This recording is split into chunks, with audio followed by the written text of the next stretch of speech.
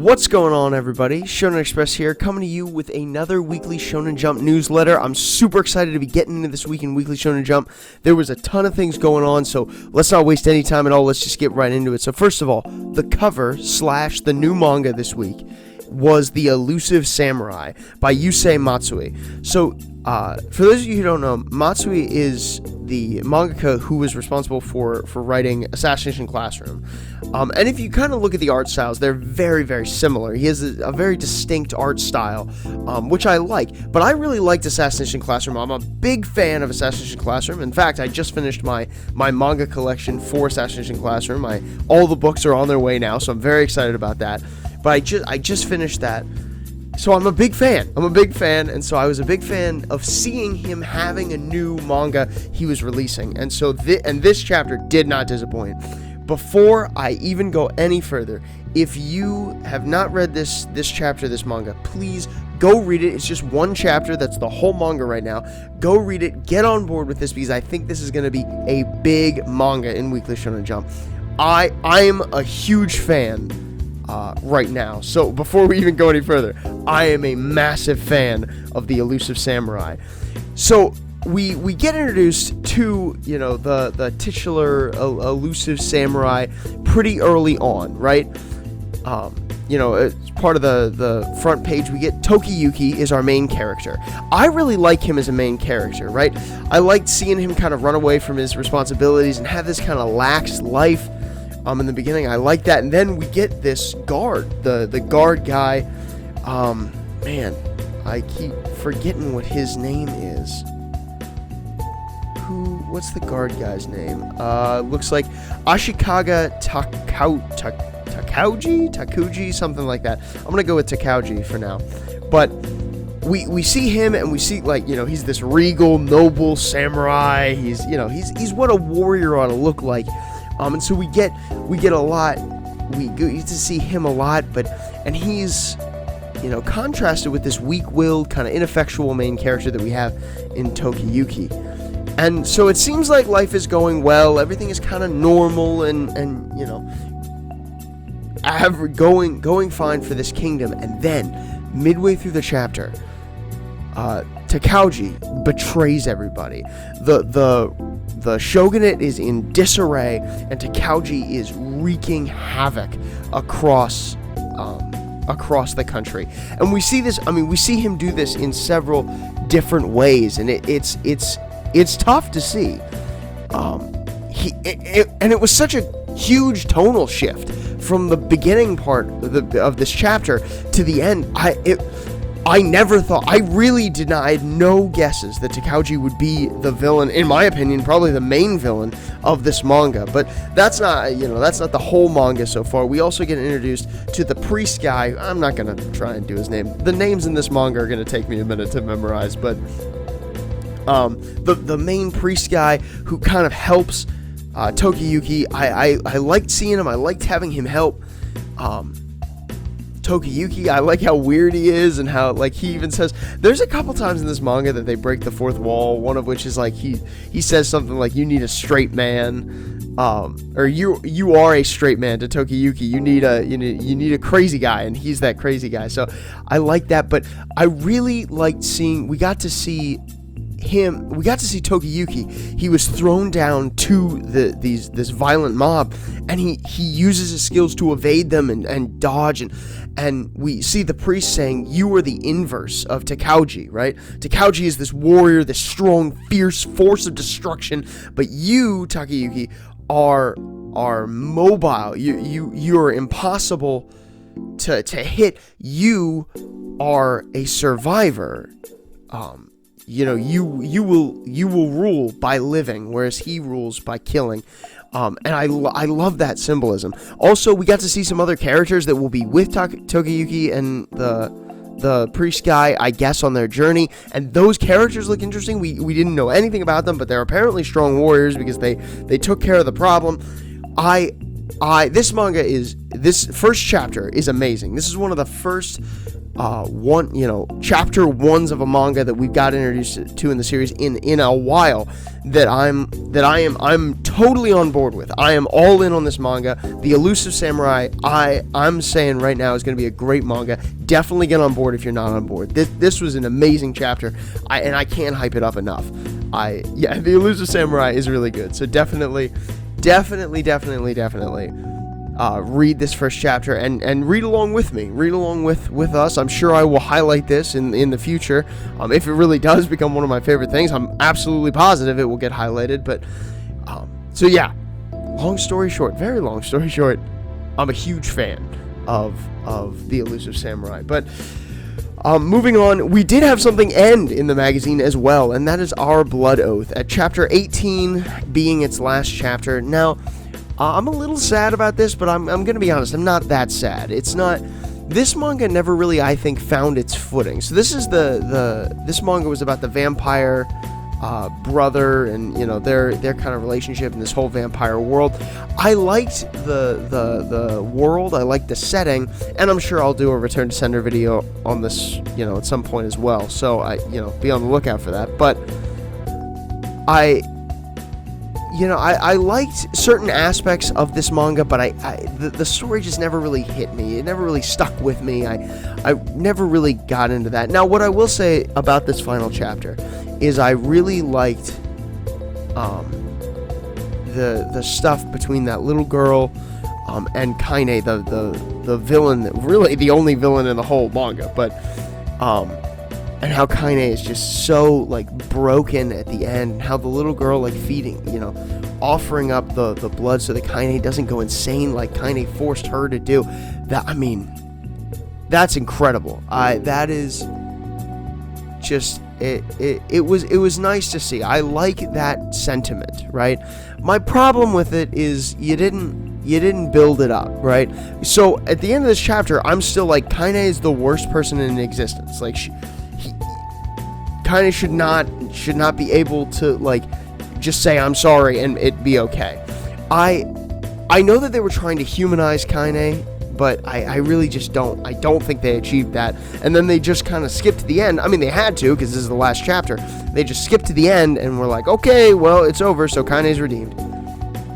That I don't think that was worth it. But this is the end of the last panel of this manga just being Ko and Shin just being brothers, just being glad, hey, I'm glad you're my brother. And it was fine, it was good. I'm not against it in any way, shape, or form, but it wasn't that great. And like I said, I'll probably do a return to sender video on this eventually, but that's honestly all I have to say about this chapter of Our Blood Oath.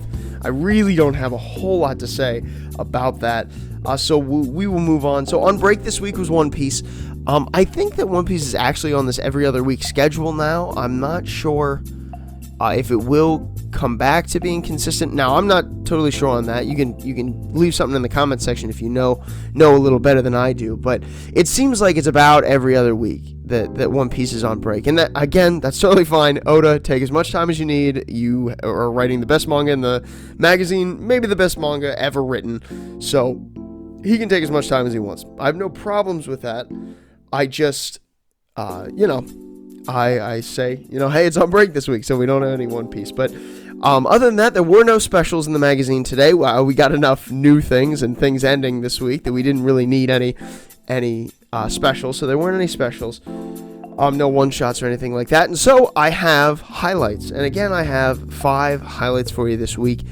So I try to mix up what I highlight, but as you'll see, sometimes these manga just go in, and I don't have any choice but to highlight the same manga week after week. And so I want to start out by highlighting Black Clover. This week, Black Clover was insane. I highlighted it last week because I like the stuff with Jack the Ripper.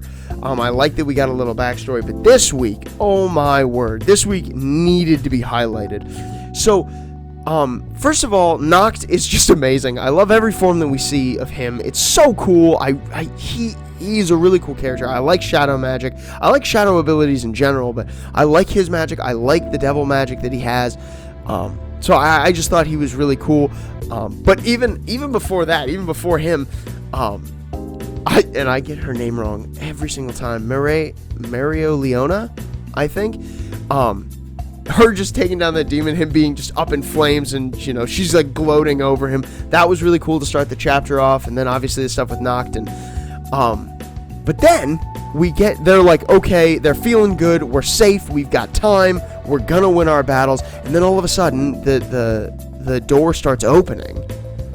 This thing they've been trying to prevent, this advent of Cliffoth, starts happening. And they're like, how is this happening? We have time. But that's when we find this guy who has this, another devil power like the Dark Triad has, and he's down there using the knowledge he took from Lola Pechka to hasten the opening of this door. And then we see the two devils that are just stronger than anything we've ever seen before. These two are going to be a massive problem. I have no idea how on earth we're going to get past this. I mean, I know that Asta will eventually, come and he will clearly be a part of this battle, but this is looking like dire straits for our heroes, and these two devils are scary. They're scary looking. They are definitely powerful. I mean, Jack was like flown across the room at the end of this week's manga chapter. So Black Clover's insane. It's super hype. This arc is super hype. I'm a huge fan of this arc in general, but this chapter was amazing. I just had to highlight it here in this video. And so moving on, the next chapter I want to highlight is Build King. I haven't highlighted this in a while, but I am a big fan of the mangaka that writes this, so I knew I would get back to it.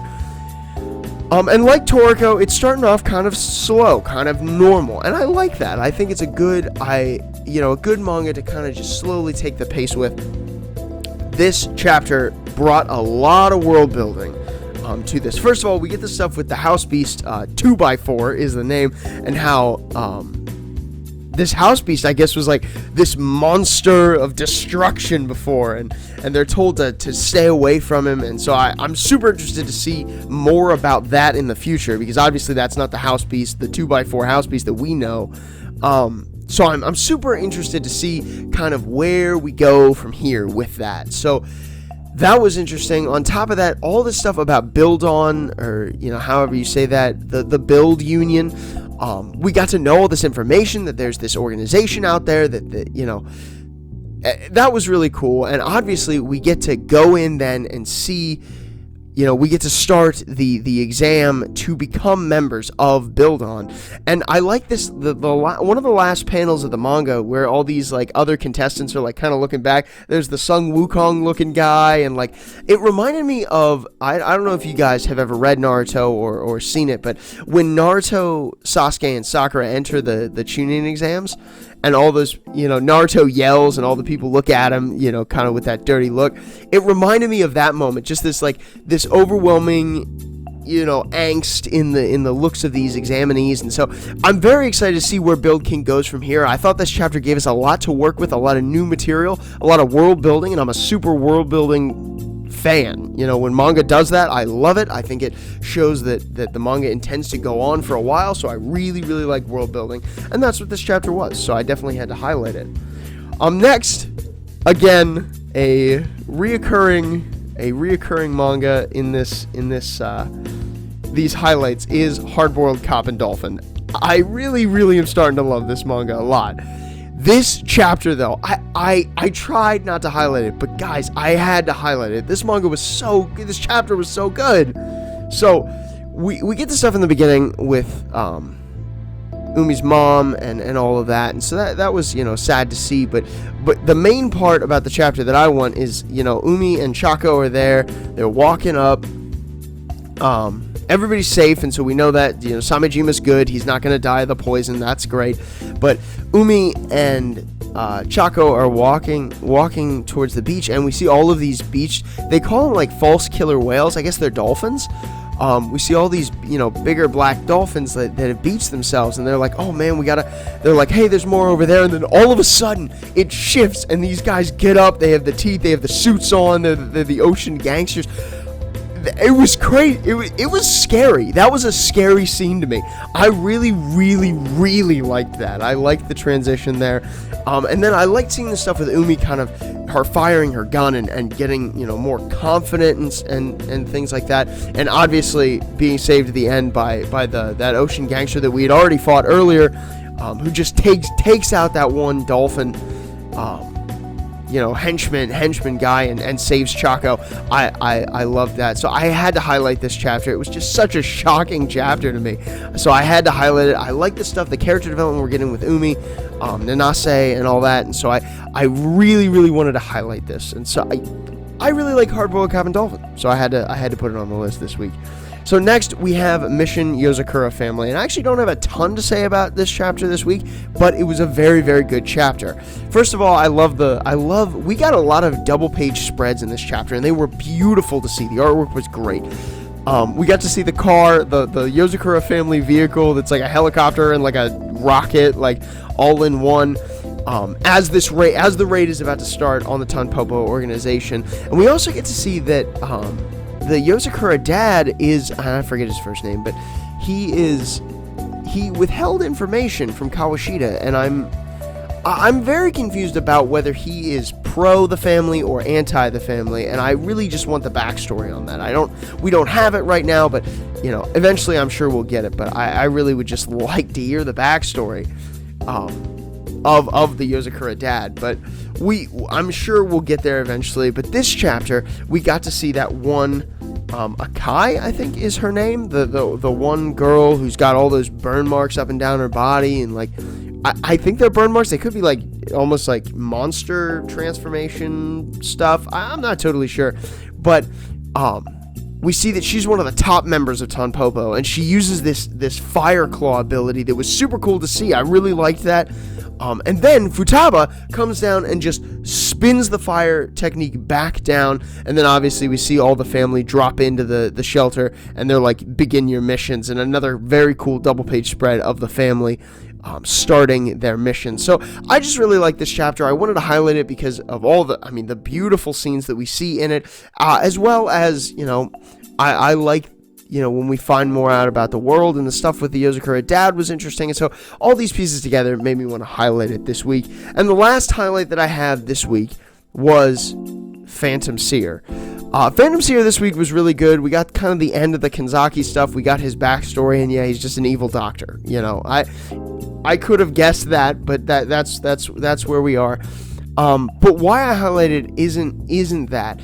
There was a moment where Iori kind of commits to finding and taking down Senju Doji, and there's this face that he makes, and I'll put it up on the screen, but where he's just like, you can see the dedication to what he's doing. And so I really like that, and obviously Aibetsu responds as well. So I liked that moment. I thought it was a good moment. And then we get one of a really cool character design I really like, was the guy from that other exorcist group, that other shaman group, right? I'm trying to think. Like he's got the tattoo on the top of his head. He's wearing like Gaeta sandals. He looks like a yakuza. It was just really cool. I really liked him. I thought he was a cool character, and I liked seeing him and Yayoi's conversation in the Tsukuyomi mansion. So I like that. I thought that was cool. But the main thing that happened in this chapter is we found out that there are other people like Kanzaki, like people that have been given phantom powers, that have been mixed with phantoms, and they're part human, part phantom. And now we're going to get into some fights that involve problem solving and thinking that is at another level, and I'm super excited to see that. The three phantoms that we saw on the rooftop, first of all, Kanzaki is dead, so they don't have any way of getting any more information out of him, and the three kids on the rooftop seem to be responsible for that, and they look really cool. I'm super interested about all three of them. I have always liked the art style of this manga, and the previous manga that this mangaka did, Tokyo Ghoul, or not Tokyo Ghoul, my bad, Tokyo Shinobi Squad. I've always liked this art style, and I really think that this chapter is another beautiful chapter, another beautiful work of art. And so I had to highlight it. I had to highlight this chapter. A lot of interesting stuff going on in Phantom Seer, and I'm a big Phantom Seer fan. I like this manga, so I had to highlight it. But hey, that's all I have for you guys this week. Thanks so much for watching this video. If you have anything to say, leave it down in the comment section. I'd love to talk to you about any manga running in Weekly Shonen Jump right now. I read all of it. I don't highlight all of it every week, but I do read all of it. So I'd love to talk to you about anything you have to say, anything that stuck out to you this week in Weekly Shonen Jump. Leave it down in the comment section. Like this video, subscribe to my channel. I bring you these weekly newsletters every single week, along with various other videos that I'm doing. As I said before, I'm going to probably be doing Return to Sender videos on Mori King and our Blood Oath at some point, so be on the lookout for those two videos. Whenever I get them done, they'll come out. As well as the Pillow 4 podcast is currently going over the Promised Neverland. So if you want to read the Promised Neverland along with us, please definitely do so. Definitely go watch the Pillow 4 podcast. We'd love to do that. Me, Kate, and Shania are going over everything going on in the Promised Neverland, and we just did the second arc in the series. So right now we are on chapter 50. We've done up through chapter 52. So if you'd like to read along with us, definitely catch up and read. But yeah, like this video, subscribe to my channel, and thanks so much for watching. But until next time, this is Shonen Express signing off.